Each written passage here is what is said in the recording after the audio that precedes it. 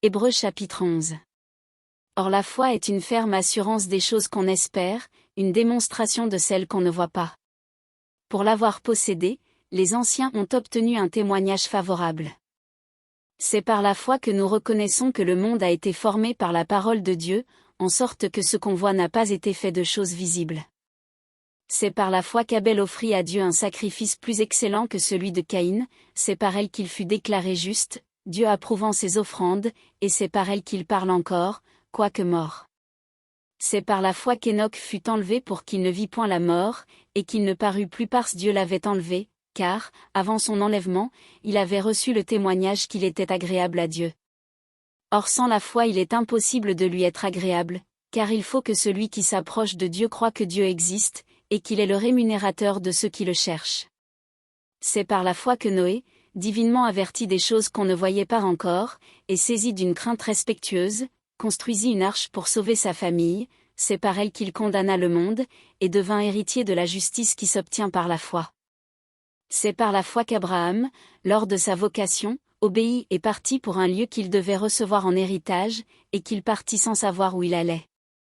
C'est par la foi qu'il vint s'établir dans la terre promise comme dans une terre étrangère, habitant sous des tentes, ainsi qu'Isaac et Jacob, les cohéritiers de la même promesse. Car il attendait la cité qui a de solides fondements, celle dont Dieu est l'architecte et le constructeur. C'est par la foi que Sarah elle-même, malgré son âge avancé, fut rendue capable d'avoir une postérité, parce qu'elle crut à la fidélité de celui qui avait fait la promesse. C'est pourquoi d'un seul homme, déjà usé de corps, naquit une postérité nombreuse comme les étoiles du ciel, comme le sable qui est sur le bord de la mer et qu'on ne peut compter. C'est dans la foi qu'ils sont tous morts, sans avoir obtenu les choses promises, mais ils les ont vus et salués de loin, reconnaissant qu'ils étaient étrangers et voyageurs sur la terre. Ceux qui parlent ainsi montrent qu'ils cherchent une patrie. S'ils avaient eu en vue celle d'où ils étaient sortis, ils auraient eu le temps d'y retourner. Mais maintenant ils en désirent une meilleure, c'est-à-dire une céleste. C'est pourquoi Dieu n'a pas honte d'être appelé leur Dieu, car il leur a préparé une cité.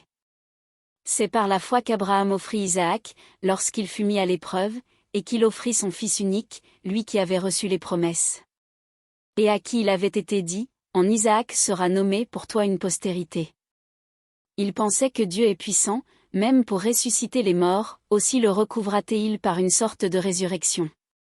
C'est par la foi qu'Isaac bénit Jacob et Ésaü, en vue des choses à venir. C'est par la foi que Jacob mourant bénit chacun des fils de Joseph, et qu'il adora, appuyé sur l'extrémité de son bâton. C'est par la foi que Joseph mourant fit mention de la sortie des fils d'Israël, et qu'il donna des ordres au sujet de ses os. C'est par la foi que Moïse, à sa naissance, fut caché pendant 3 mois par ses parents, parce qu'ils virent que l'enfant était beau, et qu'ils ne craignirent pas l'ordre du roi. C'est par la foi que Moïse, devenu grand, refusa d'être appelé fils de la fille de Pharaon.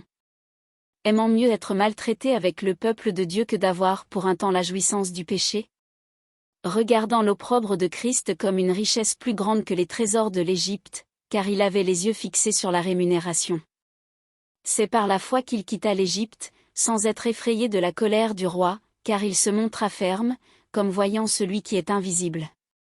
C'est par la foi qu'il fit la Pâque et l'aspersion du sang, afin que l'exterminateur ne touchât pas au premier-né des Israélites.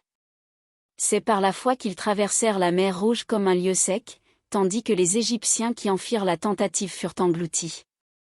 C'est par la foi que les murailles de Jéricho tombèrent, après qu'on en eut fait le tour pendant 7 jours. C'est par la foi que Rahab la prostituée ne périt pas avec les rebelles, parce qu'elle avait reçu les espions avec bienveillance. Et que dirai-je encore? Car le temps me manquerait pour parler de Gédéon, de Barak, de Samson, de Jephthé, de David, de Samuel, et des prophètes, qui, par la foi, vainquirent des royaumes, exercèrent la justice, obtinrent des promesses, fermèrent la gueule des lions, éteignirent la puissance du feu, échappèrent aux tranchants de l'épée, guérirent de leurs maladies, furent vaillants à la guerre, mirent en fuite des armées étrangères.